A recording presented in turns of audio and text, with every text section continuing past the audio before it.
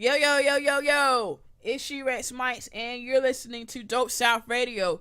And I'm back again with the Keeping It 100 series. And I'm going to keep it 100 with you today because I am going to talk about why some partnerships don't work. Alright. And when I say partnerships, this could go for everybody and everything. So, you can talk about relationships. You can talk about, businesses. You can talk about people that are partnering on blogs, because there's quite a few people that out there that there's more than one person running a certain blog or website or whatever. So let's talk about that. All right, so let's break this down. I'm gonna give you about four things that you can take away from this. Lack of communication. That's number one. Lack of communication. Me personally, if you get into partnership with me, just be prepared that I'm going to over communicate. I am going to text you and email you. That's about my extent. I don't like to be on the phone that much. That's just my thing. I feel like, I had jobs for 7 years, different jobs, but 7 years straight while I was on the phone. And then, of course, I do phone interviews with a lot of rappers and things like that. I'm not a phone person. So about that extent of it with me. But when it comes to business, I will over communicate with you just because of the fact that I want to make sure we have the same vision. That's just me. This is how I roll. I want to make sure we have the same vision, because if we don't have the same vision, we can't be partners, and that partnership's going to break up real quick. So that's the main reason why I say communication is important, because if y'all don't have the same vision, it's not going to work. So if you don't have the same vision or the same goal, it's not going to, go anywhere. It's just going to be at a standstill, and then definitely it's going to break down. All right. Nothing will get done if you don't have the same vision and if you don't communicate with each other about that vision. And good communication keeps you motivated. Because the other person, your partner here, might think of a better idea or a good idea that needs to be, implemented. And the more you bounce ideas off of each other, the more, excited y'all can get, because especially if you see the idea working, like one person might not think of, an idea, and what's on my mind might not be on the other person's mind, and vice versa. So that's why I say good communication is definitely key. And if you don't have it, definitely, that partnership's going out the window, and it's going out the window quick. All right. The reason why I say communication is important is because it brings me to number two. If, you're not executing, that's going to be a problem. So execution is number two. My number 2 point. If one person is executing their end of the deal and the other one isn't, then that's going to break a partnership real quick. You got to share the workload, the capital, and the expenses. And for those of y'all that don't know what capital and expenses and, things like that mean, you got to share the work, you got to share the money, the profit, you got to share the costs, you got to share what you put into it. So in some situations, I had a friend of mine, a business partner of mine. I can say I didn't have the money at the time, but he did, because he had been doing what he was doing for a while.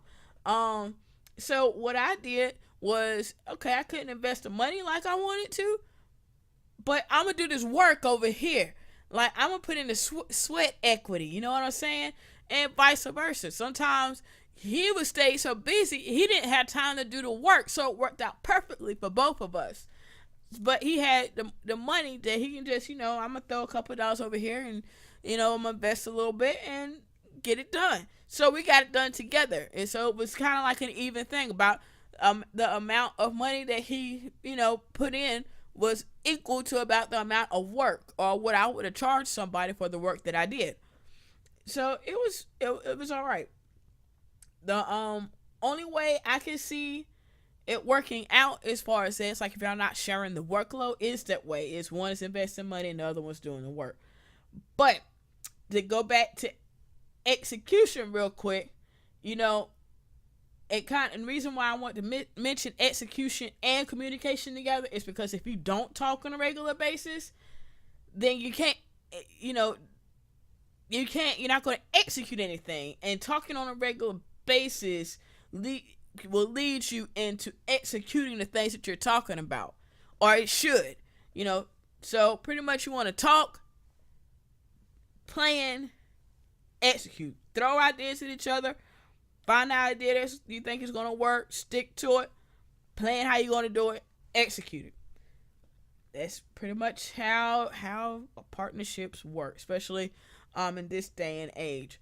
The only way, like for me, like the only way I can think I could get around, you know, having a partnership is just outsourcing. But y'all talk about that in another video coming up soon. And the other point I would like to make is friendship. Reason why I'm bringing friendship up is because I wouldn't advise anyone to get in a partnership with someone that they're friends with. Only reason I'll say that is because of the simple fact that usually when that business is done, when y'all are done doing business together, usually that friendship is out the window with it. And sometimes partnerships can get brutal, especially with social media and things like that. You know, if you're dealing with someone that is your friend, a lot of times, you know, and that partnership don't go well, you piss them off, they piss you off. You might be writing stuff on Facebook about them that really had nothing to do with why you're upset with them because of the business or the partnership that y'all did. You might be airing out their personal stuff, and you know, vice versa. They might be putting you on Front Street. So I would just say, you know, don't do it. Don't partner with your friends. Or if you do, have something written.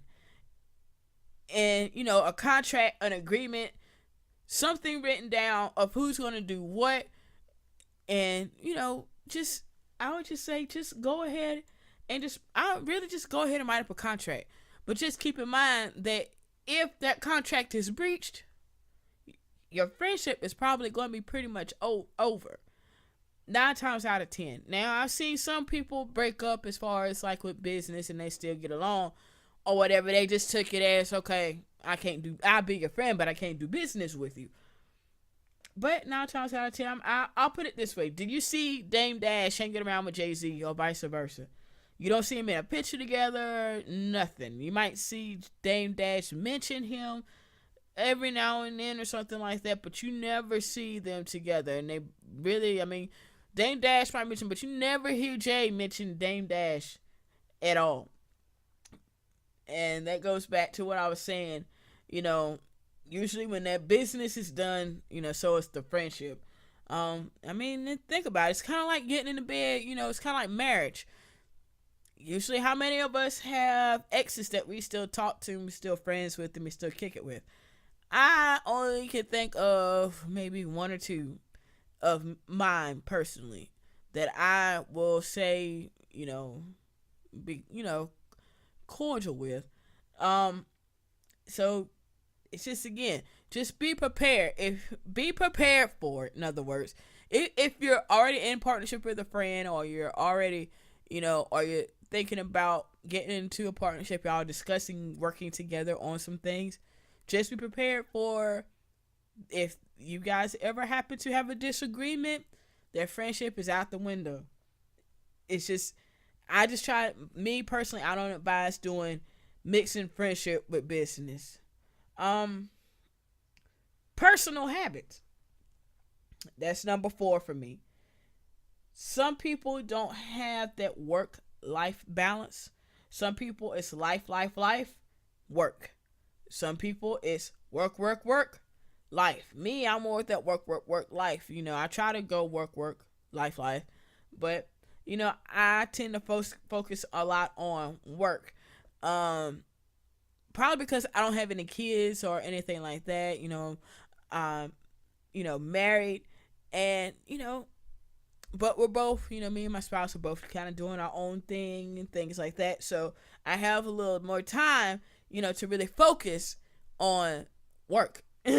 you know, so but everybody else doesn't have it like that. Some people have different boundary and commitment levels because of things like that. Because they have family, they gotta have quality time, they gotta take care of this, that, and the other, just everyday things. So you have to look at that. And when somebody comes to me or they ask me about a partnership, I start asking them a couple of questions. Like, I'm going to ask you, okay, how much time can you dedicate to this? How much can, I'm going to start, how many articles can you put out? How much, if I partner with somebody as far as mixing and mastering my music, I'm going to ask them, how many songs can you, do in like a week? I'm going to ask questions. I'm not going to just go in blindly just because I think, they're a good person or whatever, or cool, or they've been my friend or something like that. I'm going to ask them questions, and I suggest you do that too, just so you have an idea of that person's level of commitment, and you know what their boundaries are, what limits they have, and how much or how fast they're going to work. Are they going to work just as hard as you? That's what you want to find out. Are they going to put in as much as you will or more? Do you need to raise your level up? So I would definitely ask questions just to make sure you guys are on the same page, and that y'all have the same work habits, or if not, that y'all at least can meet each other in the middle somewhere. Or just make different roles for each other, because this person might not have as much time, but they might be able to do something for you that you need, that will make the partnership work. And just above all, and I'm not even gonna number this one, above all, if you do break up a partnership and the partnership doesn't work out, don't take it personal. It's just business. And that's just me, just really keeping it 100 with you guys. I am Sherexmykes, and I will talk to y'all later. Stay tuned for the next video. Thank you for listening. And if you're interested in keeping up with more of my rants and opinions and interviews and all things of that nature, make sure you follow my fan pages and my Twitter and my Instagram.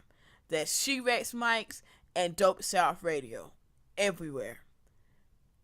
Thank you and good night.